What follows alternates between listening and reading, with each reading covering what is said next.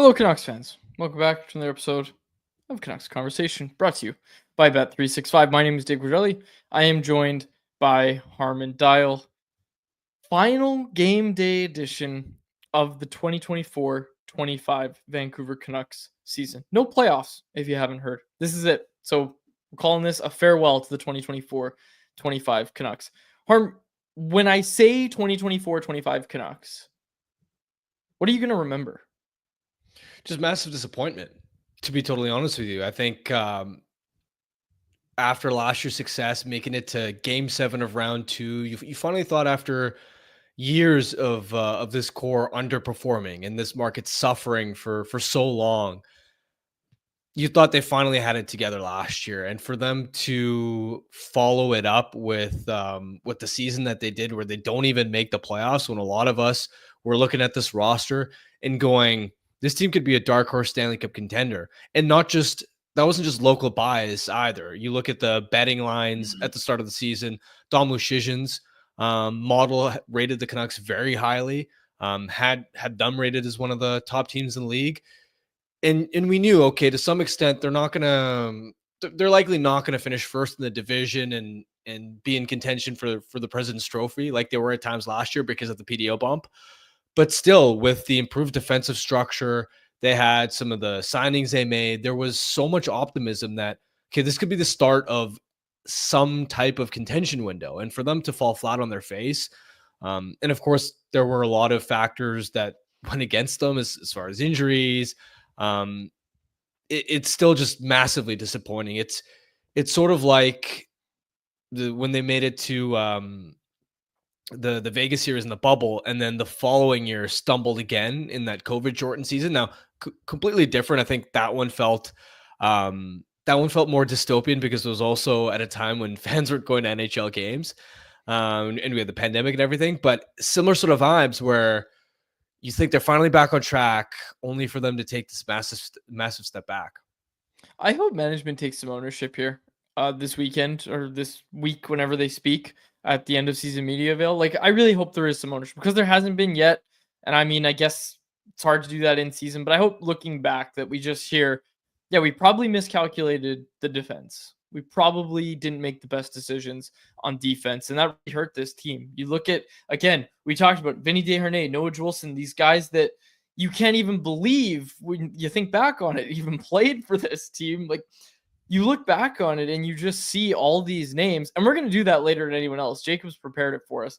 The list of names, list of defensemen the team dressed this year. It's a long list, folks, and we're going to do it in anyone else. But you're right. It is a disappointment this year, and that's going to be the thing that I think of, along with a misconstructed blue line coming into the season. And hey, I'll put my hand up. There was a lot of noise in the market of all this defense group isn't good enough. And yes, the Canucks probably were a little bit too high on themselves and their coaching staff and what they could do with Vinny Desharnais. Obviously, we saw a great year from Tyler Myers the year before. What they could do with Vinny Desharnais and how they were going to be able to make these guys who historically weren't playing roles that they were going to be playing for this team, make them even better. Now, Carson Soucy's fall off, we're never going to get an answer on that. But again, and we'll have lots of time to look back on this season, but these are just my immediate thoughts. You're right. It's a disappointment. And for me, the first thing I think of is just a misconstructed blue line that took a while to fix. And by the time they fixed it, it was too little too late. And again, we've talked about how they had to get rid of their number one center to get better on defense. So lots of things go into it. Before we even get to the blue line, to me, it's the difference in star power. Last year's team, how many All-Stars did they have? 5, 6? 7. Yeah. There you go, right? So now you look at this year, like, who could have predicted at center ice that JT Miller and Elias Pettersson got 200-point centers on paper, that this is what would happen to them, where JT would take a pretty significant step back in his defensive play, his just overall engagement level, and it would get to the point where him and Pettersson can't get along, and JT's not even on the Canucks at the end of the season. Getting benched by Rick Tocchet, who adores JT Miller. Like, seriously. And then Elias Pettersson, 45 points this season. That's crazy. That's crazy. Right? Like that right there is probably the number one reason. We can talk about, of course, they were hammered by injuries to basically all their core guys, and Thatcher Demko falling off too. Like when you talk about star power, that's a big difference as well. Where last year was the second best goal in the NHL. That gave the Canucks a huge competitive advantage. Whereas this year in non-Lankinen games, the Canucks had a really poor record. Their overall save percentage, I believe, ranked bottom 10 in the NHL. Hmm. So it's those difference makers you had at the top of the lineup that gave you an elite impact that outside of Quinn Hughes, this team just didn't get this season. Okay, we're not going to talk too much about tonight's game, but it is potentially the final game in a Canucks uniform for Brock Boeser. We've talked about Boeser a lot over the past month, but he spoke before the game today. He didn't really want to talk much about it potentially being his final game, and even Ian McIntyre asked him a question about looking back or whatever, and Brock just went, "Whoa, that's a tough one. Can I get back to you on that on Friday?" Because they're doing end of season media avails on Friday. So again, Boeser didn't want to close the door, talked a lot about focus. You got to focus on tonight's game, all that. But again, we're hearing that there's going to be potentially a chant, a Brock Boeser chant, a thank you Boeser chant at some point in that game, and that would be cool. That would be really cool. I hope Boeser gets some sort of send off like that if it is his last game in Vancouver, which it very, very well could be. So Boeser not wanting to talk too much about it potentially being his final game, but also pointed out to me, I think I saw this on the Canucks Army account. Brock Boeser is the final remaining player on the Canucks that played with the Sedins. Yeah.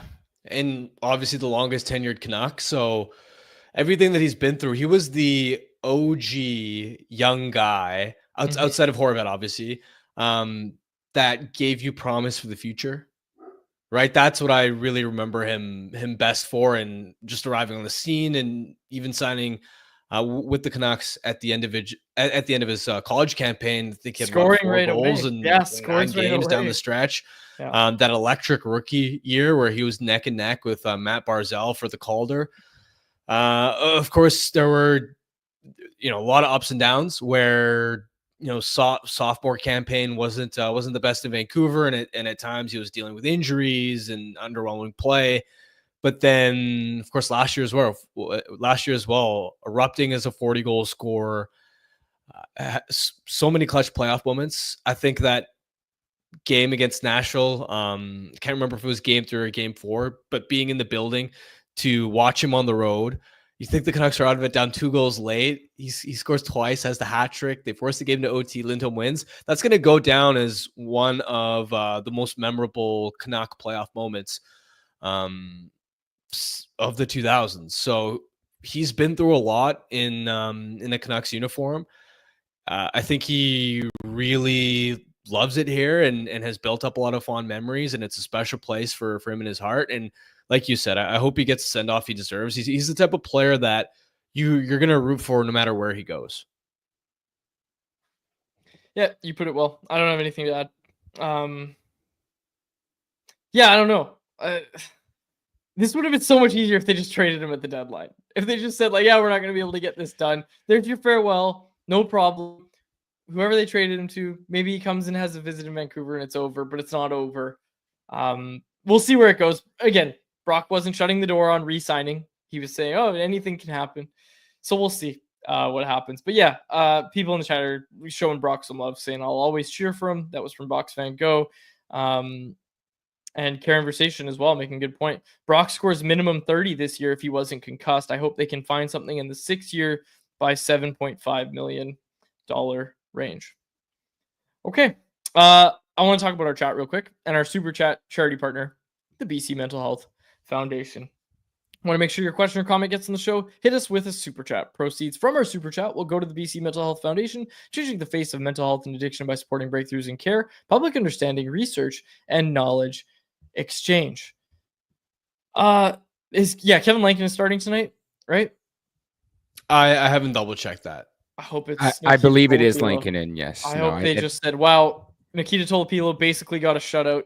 So when a goalie gets a shutout, you have to play him back to back." So Nikita Tolopilo tonight was what I would have gone with. It's Lankinen. I checked Daily Faceoff. It's Lankinen. All right. Speaking of Tolopilo, Let's get to our poll question, which is a presentation of Greta Bar YVR, a great spot for all games, home and away, our off-season spot to chill as well. They got the Jays games on. Whatever game is on, Greta's going to have it on. You've got the arcade, you got the screens, you've got the bar, and of course, you've got the street food menu. My personal favorite, the Smash Burger. Go get the Greta Smash Burger. Delicious. Delicious. Greta Bar YVR. It's the spot. 50 West Cordova Street is the address. Let the games begin. Okay, our poll question. Did you see it, Harm? Or is this the first you're hearing about the poll question? First I'm hearing about the poll question. Awesome. I said, which AHL call-up has impressed you the most this season? And then I made the mistake of including Elias Pettersson in this, okay? So we have Aatu Ratu, Elias Pettersson, Linus Karlsson, and Jonathan Lekkerimäki. 80.7% of voters saying Elias Pettersson. I shouldn't have put Pettersson in it. He's obviously the layup answer. You know what I'll do is I'm going to put the same poll into our YouTube live chat without DPD on it. Put Tolopilo in instead. Sure, I'll put Tolopilo in just for you, Quads. Yeah. So 80.7% of people say Elias Pettersson, 14% say Aatu Ratu, 3.1% say Linus Karlsson, and 2.2% say Jonathan Lekkerimäki. Linus Karlsson getting more of the vote than Jonathan Lekkerimäki. But hey, his second AHL call-up for Linus Karlsson, it's been pretty damn good, and we gave him his flowers yesterday. Where's the Nils Amon button? I was just about to say Sweet Wheels Niels on here, but yeah, Sweet Wheels Niels Amon not getting even mentioned in the poll, but we'll see what the chat says. I voted for Nikita Tolopilo. I did a write-in vote. Who are you going with here? Take after beat the AHL San Jose Sharks. You know they've lost 10 straight. I didn't know that. I'm gonna be honest. I didn't know that. Well, the reason it struck me was because I remembered Chicago and San Jose being relatively close as far as the race for 32nd. But then I checked now, and the Sharks are 9 points behind the Blackhawks. It's actually kind of wild that the Sharks only have 52 points this year, considering how good Macklin Celebrini has been. And how good the vibes have been. You haven't heard any drama come out of San Jose this year. Yeah, yet 0-7-3 in their last 10, a minus 102 goal differential. When is the last time a team got 52 points in a season? That's uncommon. Was it that Avs team like from 10 years ago or so? The year they got... Well, I mean, last year's Sharks got 47 points. That's true. Yeah, it's going to be hard to beat that. Yeah, like... all the other years, it's looking like it was like 64 is what the worst team got. Whoa. No, mid to high 50s. Detroit Red Wings in 2019-20 had 39 points. Oh, there was only 71 games. Wait, what? Yeah, that was COVID shortened year. Okay. Sorry. I got excited. Oh yeah, this one was also shortened. Okay, forget it. Whatever. It's a low number. And no, I did not know that. But this poll question, I want to say this. I'm not surprised that Lekkerimäki, even in the YouTube one, where Nikita Tolopilo is coming in at the bottom somehow. Unbelievable. Aatu Ratu's leading the YouTube poll, where Pettersson's not included. But I was going to say, for Lekkerimäki, I think to be impressed the most, it needs to be relative to expectations. And I think expectations were pretty high for Lekkerimäki, whereas with Pettersson, and I know I called it like 3 weeks before he actually came up because I went to an AHL game. Boots on the ground, did my own research, used my own 2 eyes. I don't need no stats to tell everyone that I thought Elias Pettersson was going to be a really good NHL player. And I said, call him up. And they did call him up, and he was great. So it surprised everyone but me. But he was great. And I don't think anybody really expected him to be as good as he's been. Absolutely. Even after you gave the context of, wow, he's been crushing it. And we know that he was named an NHL All-Star. And we knew generally that, okay, he's had a successful first year in North America. He's exceeding expectations. Even with all of that context in mind, I still didn't expect him to have this type of success this quickly at the NHL level. It just sort of feels like, in addition to all the fun physicality, how well he defends a rush, the poise that he's shown on the breakout, the skating ability, he hasn't made many rookie mistakes. Yep. Right. There haven't been glaring turnovers, glaring mistakes where he's missing defensive assignments. He's genuinely looked like he belongs. The underlying numbers back that up. And yes, his minutes have been really sheltered, and so have his matchups, but he's done as well as you could have possibly hoped for, considering his assignment and role. And for Lekkerimäki, I'm not surprised that he hasn't picked up a lot of these votes. And that's not necessarily a knock on him because he's the youngest of those four. Call-ups from Abbotsford. We know that he's also slight physically, which especially at the NHL level when guys are so big and strong is going to be a disadvantage. Plus, as you alluded to, with how much he was lighting the AHL up and his pedigree as a prospect, expectations were pretty high for him when he was called up. And I'm not going to say he underwhelmed or was disappointing by any stretch of the imagination. He just went through typical growing pains. Whereas for somebody like Linus Karlsson, he's in his mid-20s at this point. You can't even really call him a prospect. He's gotten multiple cracks at the NHL level before. And there were really no expectations for him when he was called up. That's a good point. Yeah. Also, we didn't mention this yesterday. Achiratu, I like that he's just the designated overtime face-off specialist. Yeah. Like, I think that is so awesome that he just wins the face-off and immediately beelines it for the bench. That's so great. That's such a cool skill to have. I love They call it FOGO, face off, get off. Yeah, I love it. I love it. All right, just ahead of Family Feud, let's tell you about the 100% electric Toyota BZ4X, an SUV packed with plenty of space. The BZ4X can handle any terrain and can take you from the city to the slopes. It's backed by the peace of mind that comes with knowing you're driving a Toyota. And if you're driving a BZ4X, you get access to HOV lanes, even if you're driving alone. When you choose the BZ4X, you can get up to $6,500 in rebates and incentives. And now you can finance a 2025 BZ4X from 0.99% APR for 36 months. Visit shoptoyota.ca, local Pacific Toyota dealer today. All right, technical producer Jacob Lazar, we're looking for a comeback. Take it away for Family Feud.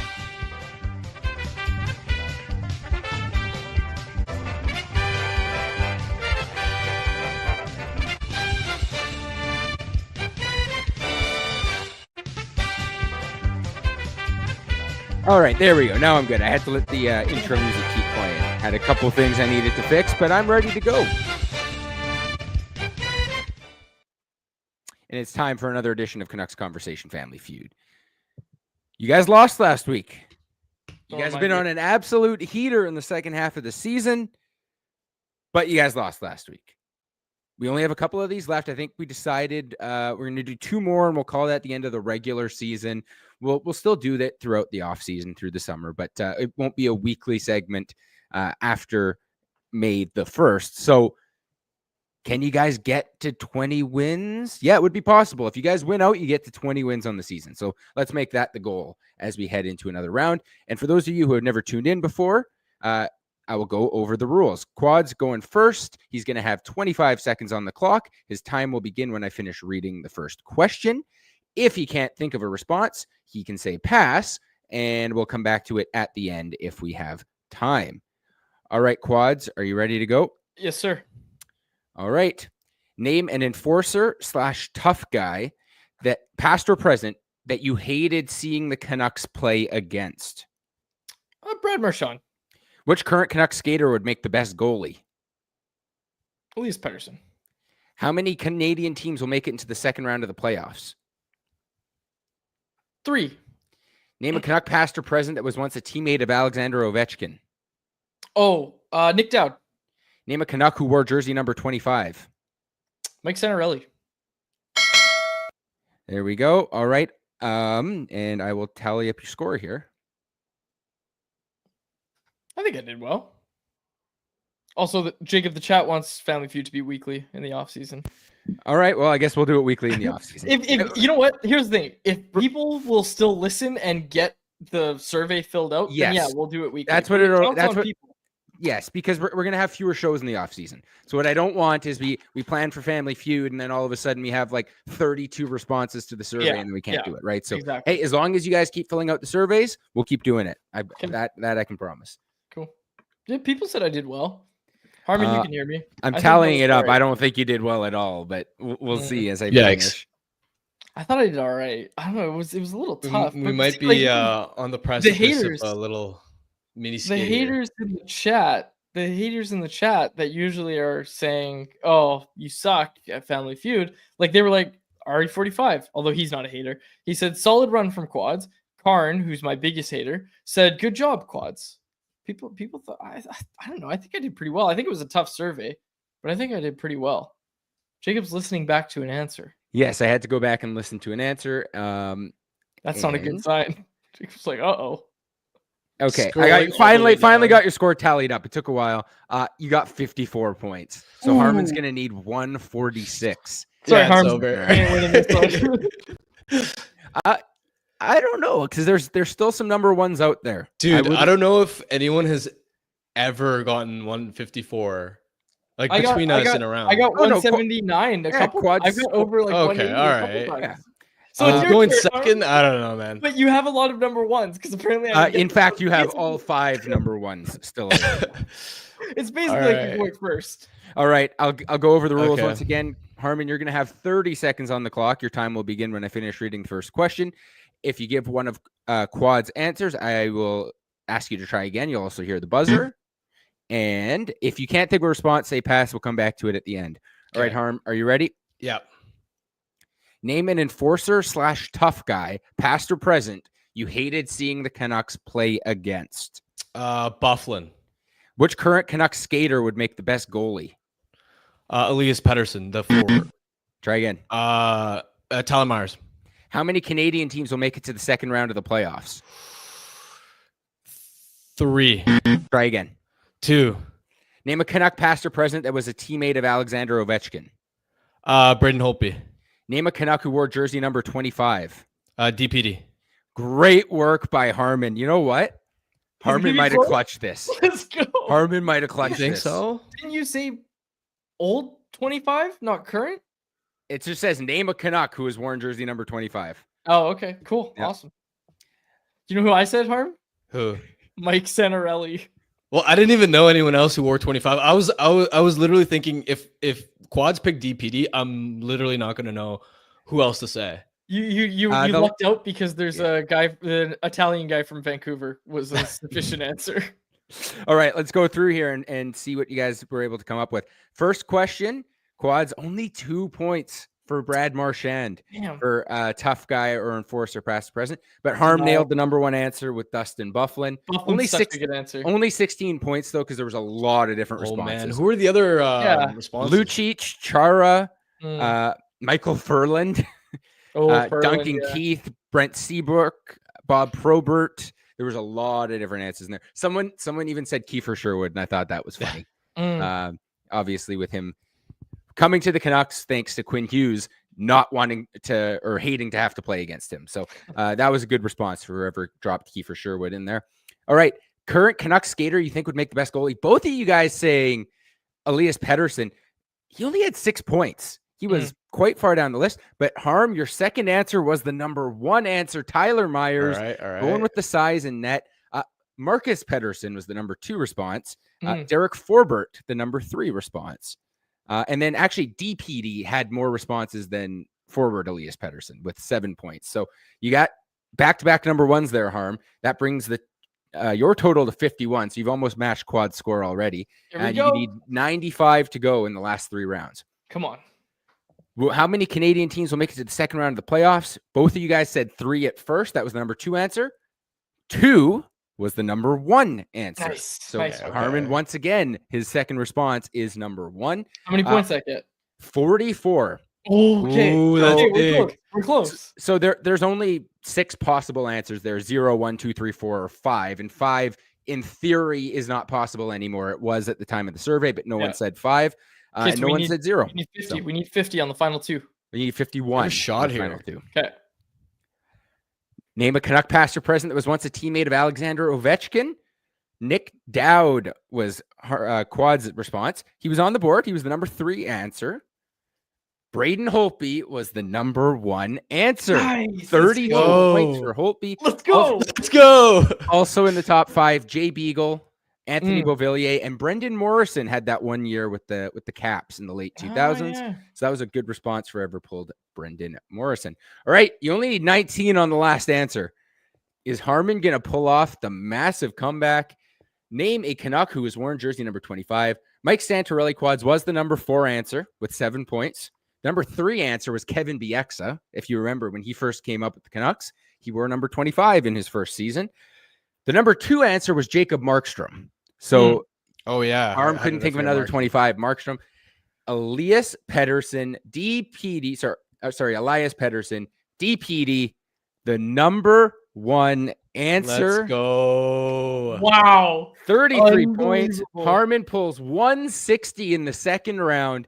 Harman hit every single number one answer to PDO win. bender. That was a pure PDO bender. Dude, that was sick. That's awesome. Oh, I'm so glad that happened. That's great. What a way to go out. What a way to finish our regular season. We make the playoffs with a 17-12 record. Yeah, so we'll say, so we'll figure it out. We're definitely going to do one next week. I'll put the survey up on Friday's show. And then we'll definitely do one for the week after. Then we'll determine how often we're going to do it. But yes, you guys, I can't believe that comeback thanks to Harman. That was insane. Hitting every single number one answer in the second round. And how many points did we finish with?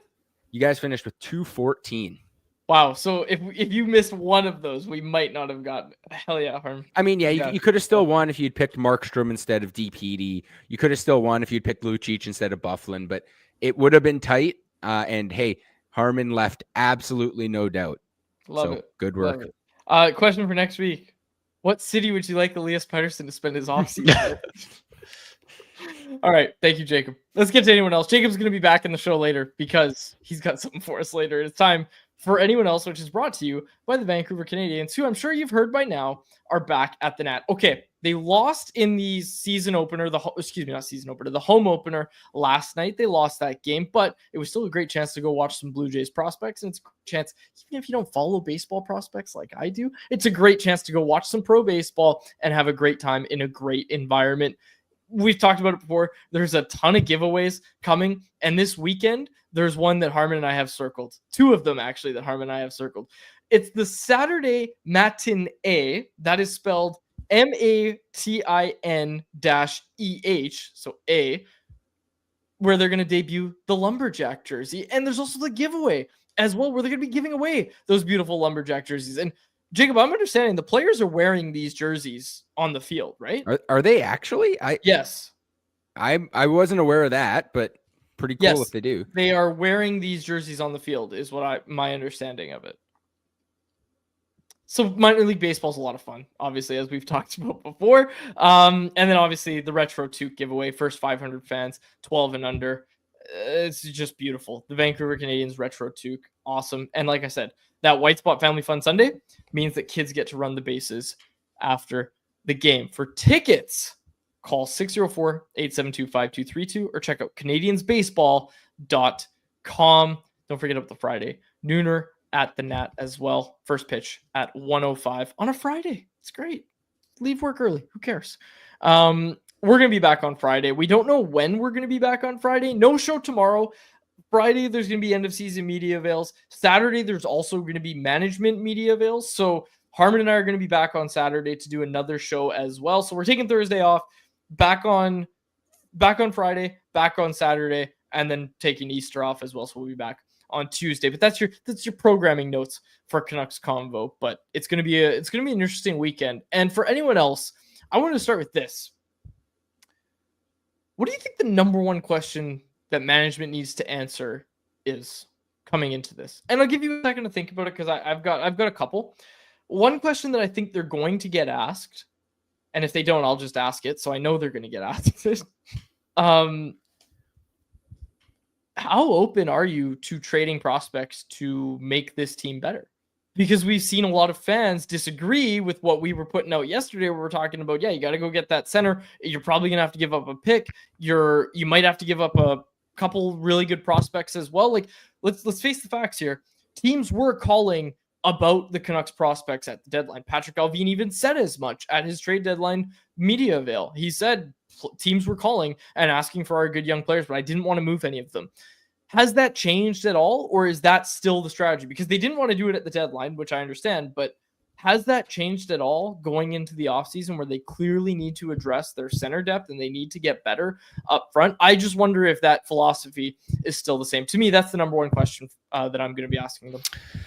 Yeah, I mean, there are a few directions you could go. For me, how I'd frame a question is, for next year's roster, they only have one forward who's ever had a 60-point season in their NHL career before, and that's Elias Pettersson, because Brock is the other one, but he's obviously UFA. It's only one forward on the roster with a 60-point season on their resume. What's your plan for adding high-end top 6 help to this team, especially when the free agent market is thin? Can it even realistically be done? I would love to hear the answer to that question. Are you really going to ask that? That's a crazy question. Well, I mean, it's the hardest. It's the hardest thing in hockey to try and add is elite talent at any position, right? What if the answer was no? Can it be done? They're like, no, actually, we're actually just here to tell you that I don't think it can be done. Well, I mean, if anyone was going to give you an honest answer, it would be Jim Rutherford. That's true. He'd be like, no, it can't. It's not going to happen. Yeah. Just like the practice facility, which again is going to get asked about. Yeah, it's an interesting one. Let's see what the chat said.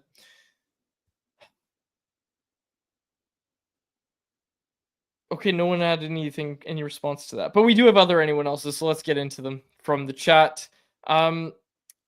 This one from Karn.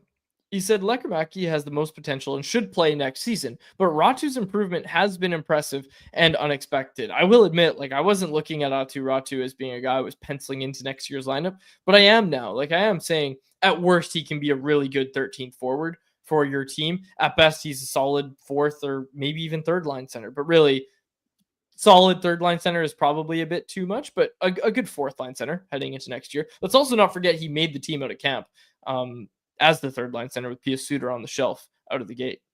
Yeah, I think you can pretty comfortably pencil him in to at least a 23-man roster, especially because he would require waivers to get sent down. So even from an asset management perspective, that's going to give him an advantage over other contenders, since he's more likely to get claimed off waivers than, let's say, a Nils Amon, for instance.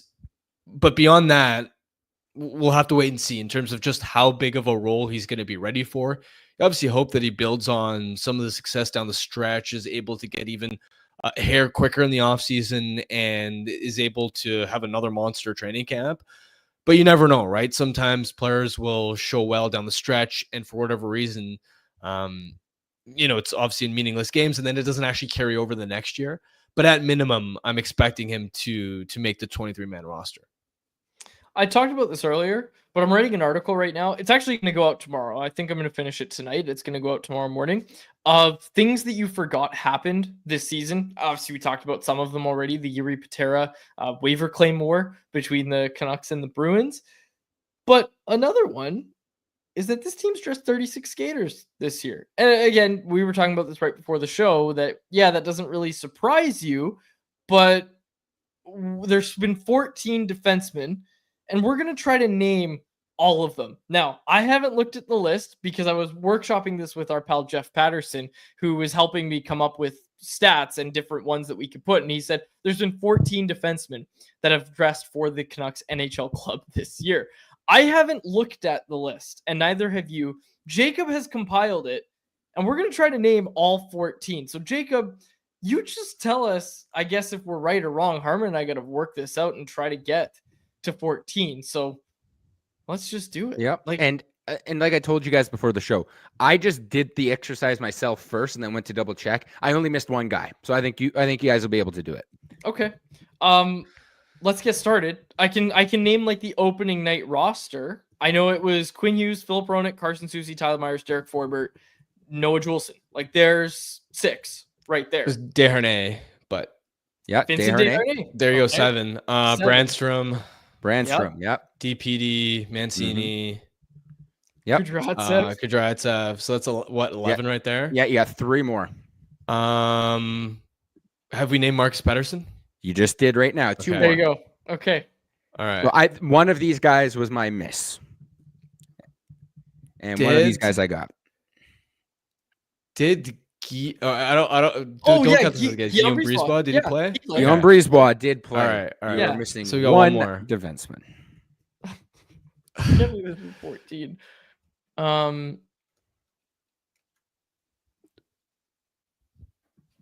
Who are we forgetting? Okay, let's see if the chat can get it too. Because and again, Okay, obviously don't there's a steal it off the delay. chat. No cheating. You I'm not guys stealing, should know I'm just this. seeing if they You guys should know no, this. you can't look at the chat. I guess that is cheating. Yeah. I feel like we're probably missing such an obvious one. This guy. Did we say Susie? Yeah, we did. Yeah. Yep, you got Susie.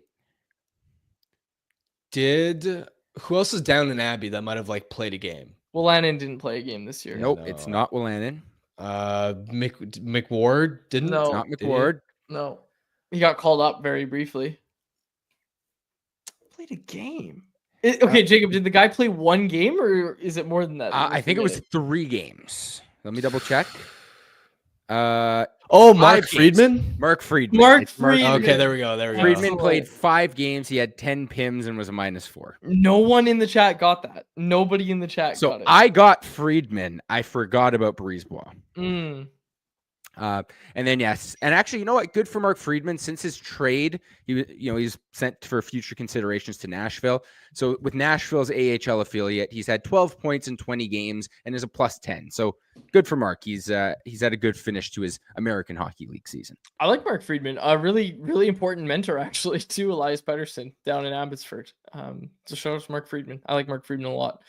All right, that was good. This one. Yeah, this is from Erwin Aquino, and it's an interesting one. He said, "Does anyone know the Canada and/or former Canucks ratio on playoff teams?" Asking for the bandwagoners. Maybe we'll do this year. I don't know. We'll see. A Canucks fan's guide to the playoffs. Are there any ex-Canucks that you're itching to watch in the playoffs this year? Good. I mean, Pud Colson's going to be in Edmonton. And with LA, you've obviously got Kuzmenko on an absolute tear.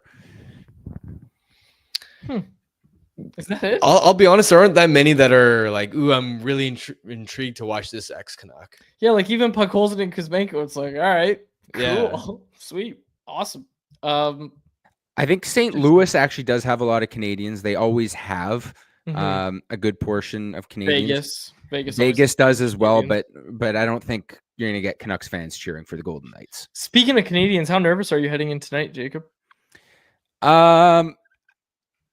Pretty nervous actually. I think they're going to do it. I think they'll at least get a point out of this game. Like they have Montreal has their destiny in their own hands, right? They pick up a point, they're in no matter what. I think they will. Carolina's probably going to be resting guys. They're already locked into their seed. Games in Montreal, it's going to be a playoff atmosphere. They're going to at the very least force overtime to clinch their playoff spot. Ivan Demidov, goal and assist. How many shots did he get? I think he had 3, which is great. Good for him. That back check, though. It's the back check heard around the world, or lack of back check heard around the world. This guy would be a scratch under Rick Tocchet. I'm joking. But not a great back check. Your thoughts on that, Jacob? He's a 19-year-old kid who played his first NHL game. Give Marty St. Louis some time to thinks he's too good for the league. The kid thinks he's too good for the league. Get him out of here. Got to scratch him for the playoffs. Yeah, right? scratch tonight and in the playoffs. I'm not worried. Like I said, just give St. Louis a little bit of time to power that, or to get that message across, right? Pound it into him that he's got a back check. That back check gives me massive scratched for a game because he slept in for a team meeting vibes. Sure. Yeah, that's fine. We have to submit our ballots, and I will say, Harmon and I were texting about our ballots last night. I am putting Lane Hutz at number 1 on my Calder ballot. So unfortunately, Jacob, you made the season prediction that Lane Hutz would win the Calder. We both laughed at you, and now both of us are voting him for the Calder number 1. Nice work, Jacob. I got to give it to you. That was a good season prediction. Thank you. I'm not always right when it comes to my hockey takes, but when I am, it feels pretty good. I had full faith in Lane Hutson, and he exceeded my expectations. And imagine, I'll give props to Jacob too. What a humble guy. If Quads had made this prediction, picking somebody that wasn't even really part of the top 2 or 3 names that people were considering before the start of the season, can you imagine how insufferable Quads would have been? all year, just shoving that down our throats. Dude, on Monday, you missed it. Irf was in with me in studio, filling in for you, and he said the words, "Nobody thought the Calgary Flames would get this close," and my hand just shot up, and I was like, I did. I made a bet with Harmon 2 games into the season about it, and he was like, "What, really?" And it just totally threw him off that I was like, yeah, no, I called this. I literally called it 2 games into the season. And you're right. And Jacob, you said it. Like, you said not all your takes are right, but I'll tell you, as someone whose takes are always right, it feels just as good to brag about each one. You don't need to apologize for that. No comment. So Rajcraft, I wasn't sure if this was out there. But Rajcraft said you weren't swayed by the Wolf text. I guess this must have got out somehow. But I think it was like the Calgary Flames PR department sent out a text to all the voters being like, "Hey, please vote for Dustin Wolf." They said, "Please consider Dustin Wolf's Calder-worthy series as you send in your ballots." And I texted you right away. You got the same text. And then you pointed out, actually, we probably shouldn't say this. Yeah, no. Yeah. All right. Not the next part. But I'll read out the text. It's pretty funny. They had a really nice graphic made for it and everything. It's a graphic of Dustin Wolf for Calder, and then it goes, "Team Wolf here, ... As you cast your ballots, please keep goaltender Dustin Wolf's Calder Trophy worthy season in mind. Thank you." And then some link that I didn't click on. Reply stop to unsubscribe. Message and data rates may apply. Never click those links. Never. See, if it was a personalized message, maybe, right? Okay. Yeah, of course. Okay. All right. Anything else that you guys want to get to? We still have lots of time, so people listening to the live show, leave some anyone else's. We'll get to 1 or 2 more listener submissions here. I like this one from Mike Weller. He said, "Which will there be more of this offseason, trades or UFA signings?" I'm assuming he just means for the Canucks, so I will say trades. I think there's going to be way more trades. Maybe not way more, but trades more than UFA signings. The only problem with this is there's going to be like low in the lineup guys that are signed. Well, that's actually, what I was going to say. They're going to be more though? signings. Is there like how many one-way contracts are the Canucks going to sign this offseason? True. Seriously. You just said it. They've got nothing but 3rd and 4th liners on the team. They're set. They're good. So I'm going to say trades. I'm going to say there's going to be more trades than UFA signings, not including like the, there's no need to pick on anyone, but the two-way contracts that get signed where it's like, it's the last one they announce for the day in the morning. It's like, we signed Jake DeBrusk, we signed this guy, and we also signed, what was the guy's name? Nate Smith? Remember we talked about Nate Smith on the show? Did we actually? I did. I highly doubt we actually. 26 points in 59 games in Abbotsford this year. See, when the July 1 market opens, as soon as you're allowed to talk to players, you already know Nate Smith is who you're turning to. You don't get a chance to sign a guy like Nate Smith every day. I'm sure Nate Smith's a nice guy. Anyways, anything else? Oh, Karn with a good one. A couple. Big Hog Hockey said Demidov is the new Sprong? ? People are saying it, Jacob. People are saying it. I think they're saying it because you're trying to will that into existence. How about the Quads? If Demidov has like a sick back check in the game today, I'm clipping it. I'm sending it to our group chat. I'm like sending a slideshow of Selke Trophy winners. I'll take my victory lap if Demidov has a good back check tonight. Perfect. How about that? Yep. You guys should, assuming the Habs get in, should have a bet around what his average ice time is going to be through the first round of the playoffs, over under type thing. I like Demidov. I shouldn't lean too hard in this bit because I really like Demidov. I think he probably should have gone 2nd overall in that draft. He should have gone. Oh yeah. Yeah, like the Habs have a great player in Demidov. I am gonna have fun with the lack of back check though. I think that's fun. They made up for. Like, I can't believe the Habs, and not to write him off too early. I'm sure Ryan Backer is going to be a good player, but it helped made up for the fact that they passed on Michkov. Yeah. They weren't going to make the same mistake twice, and I think they knew that. Careful with the Ryan Backer slander. Friend of the show. He's been on Canucks Convo. There was a time he's a good player. He would just have random potential first-round picks on the show. Faber just somehow had all these guys' numbers, and they would just come on the show and talk for a few minutes. Shout out David Ridebacher, official friend of the show of Canucks Combo. Okay, this one from Karn.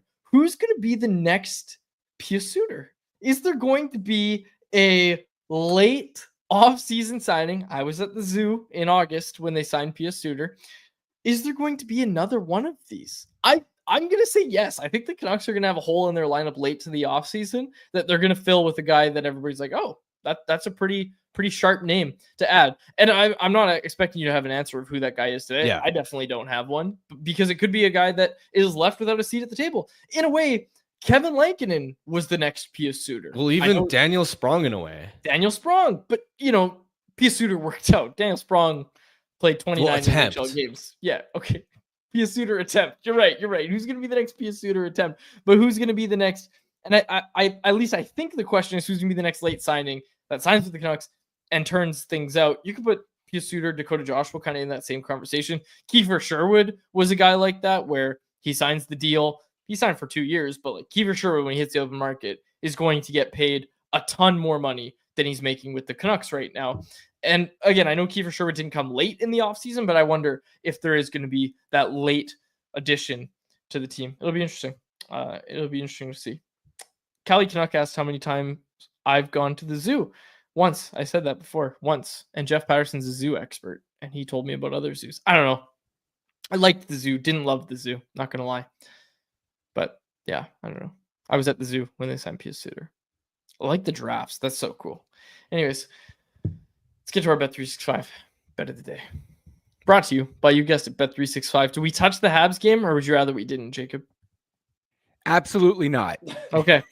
Fan appreciation night. I'm breaking my rule because they're going to get it done. The home crowd, fan appreciation night at Rogers Arena to close out the season. The Vancouver Canucks, even odds with the Vegas Golden Knights on the money line. You can get the Canucks money line at -110, and Vegas is also at -110. So it's even here. I'm going Canucks. Canucks money line, -110. Breaking the rule for our final bet of the day, brought to you by Bet365, where every nail-biting overtime win is a barn burner. Every face-off, hat-trick, power play, shot on goal, penalty shot, and every suspenseful minute in between is amazing. Whatever the moment, it's never ordinary at Bet365, an official partner of the NHL. Download the Bet365 app and use the code NATION to get in on the game. Must be 19 plus play. If you choose to play, please play responsibly. All right. Good to go? Yeah. All right. Big Hog Hockey said, Quads, go to the zoo on July 1st. They make good signings when I'm at the zoo. We'll close it out there. For my co-host, Harman Dial, and our technical producer, Jacob Bazaar, my name is Dave Vergelli. Thanks so much for this episode of Canucks Conversation. Canucks Conversation is live Monday through Friday, every weekday at 2 p.m. over on the Canucks Army YouTube channel. Make sure you like, subscribe, and interact in the YouTube live chat every day with us, folks.